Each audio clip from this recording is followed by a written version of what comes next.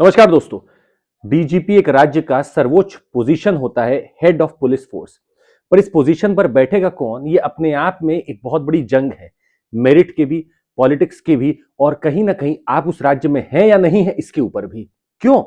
ये जो व्यक्ति आप देख रहे हैं ये 1991 के आईपीएस हैं और इनका बीएसएफ में डेपुटेशन हुआ था 2025 में। वापस से रिकॉल किया गया गुजरात में, क्योंकि गुजरात में इस समय डीजीपी की पोजीशन खाली हुई है। मुद्दा यह है कि क्या गुजरात की सरकार अपने आप ही इनको नियुक्त कर देगी डीजीपी, या फिर यूपीएससी का भी कोई यहां रोल इंपॉर्टेंट दिखता है, और सुप्रीम कोर्ट के क्या दिशा निर्देश हैं वो समझना बहुत जरूरी है। समझिएगा, 31 दिसंबर 2025 में जो डीजीपी विकास साहा हैं वो रिटायर हो गए। नया साल, कोई डीजीपी नहीं है। तब तक सरकार ने क्या किया, गुजरात की सरकार ने आईपीएस केएलएन राव साहब को एक इंटरिम चार्ज दे दिया कि आप यहां के पुलिस हेड के तौर पर भी काम करोगे। पर सुप्रीम कोर्ट का एकदम क्लियर यहां पे आदेश है कि कोई इंटरिम आप नहीं बना सकते ऑफिसर लंबे समय के लिए, आपको एक टेम्पररी तौर पर ही काम करना होगा, परमानेंट हमें चाहिए। अब परमानेंट आए कहां से? डीजीपी का जो नियुक्ति करनी है या चयन करना है वो तो एक यूपीएससी के पैनल द्वारा किया जाता है। जी हां, यूपीएससी का पैनल है जो चुनेगा। कैसे समझाते हैं हम आपको। 1991 के बैच आईपीएस शमशेर सिंह जी हैं। 2026 चल रहा है सर, और ये मोस्ट सीनियर सर्विंग ऑफिसर है इस समय गुजरात कैडर के। आपको बता दें, यही अगर वहां पहुंच चुके हैं, बीएसएफ से इनको वापस से भेजा गया है वहां पर, तो इसका मतलब है कि राज्य में जा रहे हैं, और चूंकि राज्य में मौजूद है as a senior most officer, तो इन्हीं के ऊपर बनेगा कि इन्हीं को बनाना पड़ेगा डीजीपी। पर इनका रिटायरमेंट है मार्च 2026 में ही, महज 3 महीने बाकी हैं। यहां पर सुप्रीम कोर्ट के भी कुछ गाइडलाइंस हैं, उसको समझने से पहले हम आपको इनके बारे में बता दें। इन्होंने एक से एक पद ऑलरेडी संभाल रखा है। एंटी करप्शन ड्राइव के पार्ट रहे हैं, डीजीपी लॉ एंड ऑर्डर रह चुके हैं, सीआईडी क्राइम को संभाल चुके हैं, और यहां पर ये अब रेडी हैं इस डीजीपी पद को लेने के लिए। पर क्या यूपीएससी ऐसा करेगा? क्यों, हम आपको बताएं। 2019 में हम आपको लेकर चलते हैं। 2019 में सुप्रीम कोर्ट का एक जजमेंट आता है कि वही आईपीएस जिनका 6 महीना रेसिडुअल सर्विस अभी बाकी हो, मतलब उनके रिटायरमेंट में अभी मिनिमम 6 महीना हो, उनको ही आप डीजी अपॉइंटमेंट के लिए चुनेंगे। ये 2019 का सुप्रीम कोर्ट का ही जजमेंट है। हालांकि यूपीएससी ने इन गाइडलाइंस को थोड़ा परिवर्तित किया है।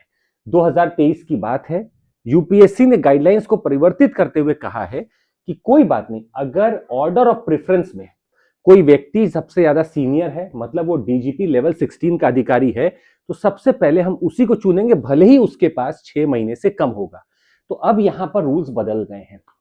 As per supreme court judgement 2019, आपको 6 महीने का रेसिडुअल सर्विस देना बहुत जरूरी था, पर अभी जो गाइडलाइन रिवाइज की गई है उसमें प्रेफरेंस देख रहे हैं। नंबर 1 आप किसको देंगे? डीजीपी लेवल 16 का कोई अधिकारी मौजूद है, अगर है तो he would be eligible to be empanelled. Number 2, अगर वो नहीं है तो आप देखेंगे ADG with level 15, 30 years in service. अगर वो भी नहीं है तो ADG level 15, 25 years of service. आप इन दूसरों को देखेंगे। फिर यहां पर कोई ना कोई व्यक्ति आपको मिल ही जाएगा जिसको यूपीएससी इम्पैनल कर देगी, हाँ आप इनको बना लो। पूरा क्या है मुद्दा, ये भी समझते हैं हम लोग। प्रोसेस फॉर अपॉइंटमेंट क्या होता है? मान लीजिए किसी भी जगह पे वैकेंसी आनी है, तो 3 महीना पहले उस राज्य को सूचित करना पड़ेगा यूपीएससी को कि हमारे यहाँ डीजीपी की वैकेंसी आने वाली है। अगर आप लेट करेंगे तो डीजीपी भी वहां लेट ही नियुक्त किया जाएगा। ऑफिसर उसी कैडर का होना चाहिए।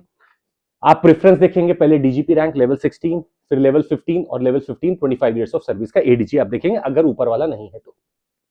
मिनिमम 6 मंथ का रेसिडुअल सर्विस चाहिए, पर चूंकि वो डीजीपी रैंक लेवल 16 अवेलेबल होगा तो यहां पे ये क्राइटेरिया भी हटा दिया गया है। ये स्टेट जो है वो यूपीएससी को प्रपोजल भेजेगा, भैया देखिए हमें चाहिए अपने ऑफिसर्स किसको डीजीपी बनाए। यूपीएससी इंपैनलमेंट कमिटी स्क्रूटनी करेगा, और वहां पर मेरिट, सीनियरिटी और रिकॉर्ड के आधार पर एक पूरा पैनल बनाएगा। ये पैनल 3 नाम सेंड करेगा स्टेट गवर्नमेंट को। अब स्टेट गवर्नमेंट के ऊपर यह बाध्यता है कि इसी यूपीएससी के द्वारा दिए गए 3 नामों में से उसको चुनना होगा। अब स्टेट गवर्नमेंट को 3 नाम में से चुनना होगा, और फाइनल अपॉइंटमेंट स्टेट गवर्नमेंट वहां पे कर देगी। पर मिनिमम टेन्योर जो होगा उस डीजी का एक बार चुनने के बाद, वो 2 साल का होगा। ये क्यों हम आपको बोल रहे हैं, ये मुद्दा पहले भी उठ चुका है। प्रकाश सिंह जजमेंट 2006 का है, बहुत इंपॉर्टेंट केस है पुलिस रिफॉर्म्स में। यहां पर साफ किया गया था कि 3 महीना पहले डीजीपी के अपॉइंटमेंट की आपको कवायद चालू कर देनी है। एक बार डीजीपी बन गया है तो 2 साल का मिनिमम टेन्योर होगा। ये साफ प्रकाश सिंह जजमेंट, जो कि पुलिस रिफॉर्म का एक अपने आप में बहुत बड़ा जजमेंट है, वो साफ करता है। हालांकि इसमें बहुत सारी चीजें और भी आई थी, पर ये मुद्दा बस यहीं तक नहीं है। हम आपको लेकर चलना चाहेंगे तमिलनाडु के हाल ही के एक केस में। तमिलनाडु में अगस्त 30, 2025 को डीजीपी रिटायर हो गए। तुरंत एक इंटरिम तौर पर जी वेंकटरमन को वहां पे डीजीपी इंटरिम बना दिया गया।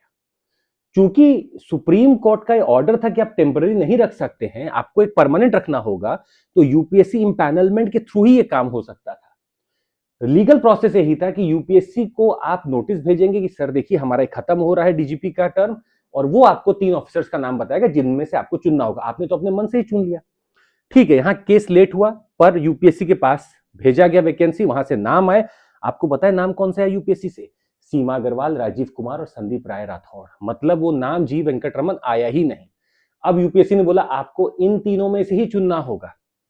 तमिलनाडु की सरकार ने बोला कि नहीं, हमने ऑलरेडी बना लिया, हम तो उसमें चुनेंगे, वी हैव ऑब्जेक्शंस, हम इनको नहीं चुनेंगे। चीफ सेक्रेटरी तमिलनाडु ने बोला यूपीएससी को, नहीं हम इनमें से नहीं चुनेंगे, this is not acceptable to us. वापस से गया वहां पर मामला, सुप्रीम कोर्ट को इंटरवीन करना पड़ा। सुप्रीम कोर्ट ने बोला तुरंत यूपीएससी आप इन तीनों नामों को भेजो, और बोला तमिलनाडु की सरकार को कि आप इन्हीं तीनों नाम में से एक को रेगुलर डीजीपी अपॉइंट करो। साफ कर दिया, और ये साफ हो गया कि यूपीएससी मना कर दे कि हम चेंज नहीं करेंगे, जो 3 नाम हमने भेजे वही नाम होंगे। मतलब पुलिस के डीजीपी के अपॉइंटमेंट के लिए सोचिए कितनी मेहनत की जा रही है। यूपीएससी इन्वॉल्व हो रहा है, स्टेट की नहीं सुनी जा रही है। सुप्रीम कोर्ट का भी जजमेंट आ गया है कि जो यूपीएससी बोल रहा है वो आपको करना ही पड़ेगा। ये सब क्यों हुआ है? क्योंकि प्रकाश सिंह का जो जजमेंट आया था उसमें साफ लिखा था कि भाई आपको एक टेन्योर देना पड़ेगा मिनिमम, और गाइडलाइन के हिसाब से अगर आप यहां देखें तो ये आपका यूपीएससी है जो कि मेंबर्स को बनाएगा, एक कमेटी जो 3 नाम चुनेगी।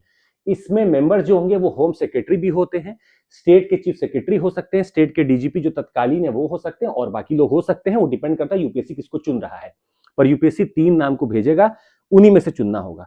अब कई बार लोगों का सवाल उठता है कि सर इतना मेहनत, आप सोचिएगा ये तो हम लोग बात कर रहे हैं इतने पुराने कैडर की। आज समय तो एक कैडर में 10-10, 15-15 ऑफिसर आ जाते हैं कई बार।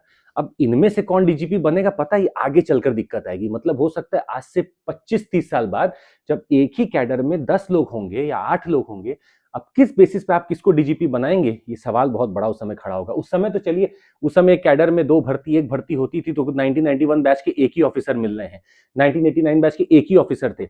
यहां पर अब ये दिक्कत बढ़ने वाली है। तो इस जजमेंट को बहुत अच्छे से फॉलो करने के लिए हम लोग को सिर्फ सीनियरिटी नहीं, मेरिट भी देखना होगा। हमें यह भी देखना होगा कि क्या रिकॉर्ड है इनका। खैर ये मुद्दा बहुत पुराना और चलते आ रहा है, पर हम आपको बता दें याद रखिएगा, अगर आपको सही से पढ़ना है, जुड़ना है हमारे साथ, 60% ऑफ अभी चल रहा है हमारे सारे कोर्सेज पे, जिसका मतलब है कि हमारा जो मिनिमम आप 12 महीने कोर्स लेंगे वो 17,999 में आ जाएगा। 24 महीने का कोर्स 24,999 में आएगा, और हमारे साथ जुड़ सकते हैं। हमारे बैचेस 6 जनवरी और 10th जनवरी से चालू हो रहे हैं, आप इसमें भी जुड़ सकते हैं। और साथ ही मैं आपको बता दें, we have got our 100 power packed hours to turn UPSC aspiration into आपके ड्रीम्स को, जो हमें रैंक में कन्वर्ट करेंगे। You can join us. 4 जनवरी से 31 जनवरी का ये हमारा 100 पावर पैक्ड आवर्स होगा हमारे ऐप पर, आप जुड़ सकते हैं हमारे साथ। That would be all from my side. Thank you so much, take care, जय हिंद, ध्यान रखिएगा।